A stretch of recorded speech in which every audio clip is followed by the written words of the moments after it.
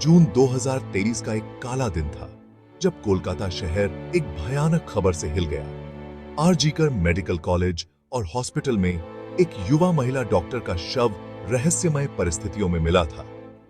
31 साल की ये डॉक्टर, जो पोस्ट ग्रेजुएशन की ट्रेनिंग कर रही थी, डॉक्टर्स के रेस्टरूम में मृत पाई गई। जैसे जैसे इस घटना की जानकारी सामने आई, शुरुआती सदमा डर और गुस्से में बदल गया, क्योंकि सारे शक भी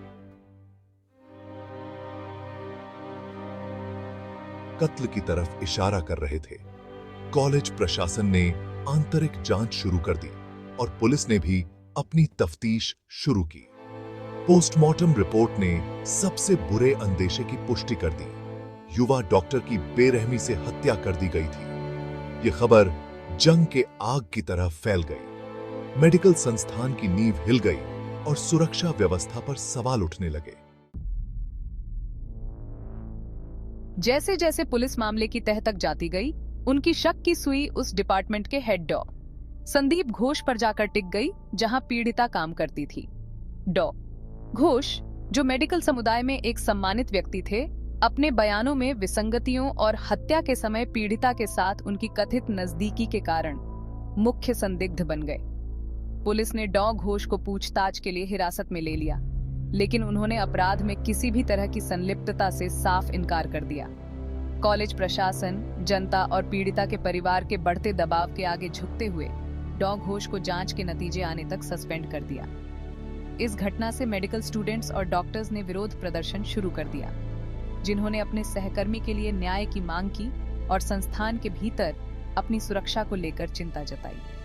ये मामला, जो अब राष्ट्रीय सुर्खियां बटोर रहा था, तथा कथित सुरक्षित वातावरण में भी महिलाओं की भेद्यता की एक भयावह याद दिलाता है।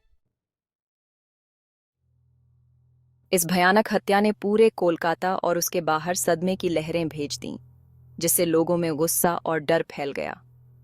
हर वर्ग के लोग सड़कों पर उतर आए।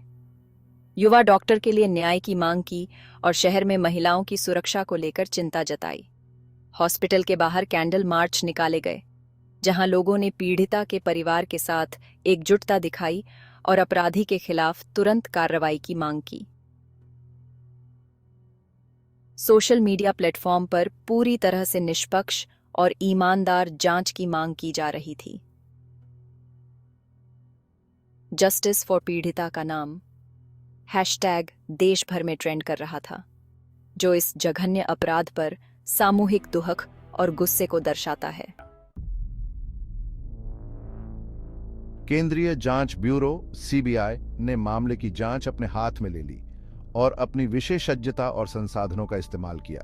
उन्होंने अपराध स्थल की बारीकी से जांच की, फोरेंसिक सबूत इकट्ठा किए और गवाहों के बयान लिए।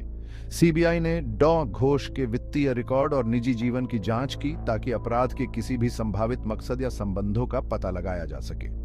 एजेंसी की जांच में रिश्तों और संभावित मकसदों का एक जटिल जाल सामने आया। सीबीआई को डॉ. घोष और पीड़िता के बीच प्रोफेशनल प्रतिद्वंद्विता का सबूत मिला, जिससे हत्या का एक संभावित मकसद का पता चलता है।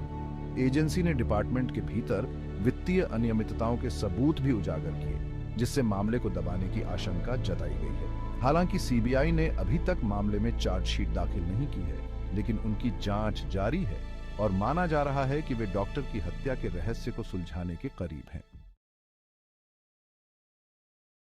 इस दुखद घटना के दूरगामी परिणाम हुए हैं, जिससे देश भर में प्रोफेशनल जगहों पर, खासकर मेडिकल फील्ड में महिलाओं की सुरक्षा पर आत्मनिरीक्षण करने पर मजबूर होना पड़ा है।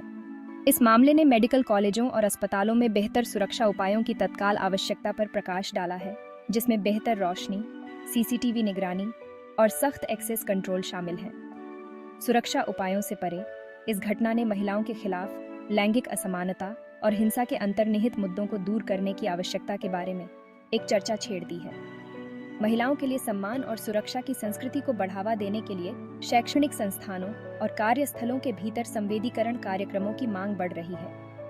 युवा डॉक्टर के लिए न्याय की लड़ाई जारी है और उनका मामला एक कठोर अनुस्मारक के रूप में कार्य करता है कि जीवन के सभी क्षेत्रों में महिलाओं की सुरक्षा और संरक्षा सुनिश्चित करने के लिए बहुत कुछ किए जाने की आवश्यकता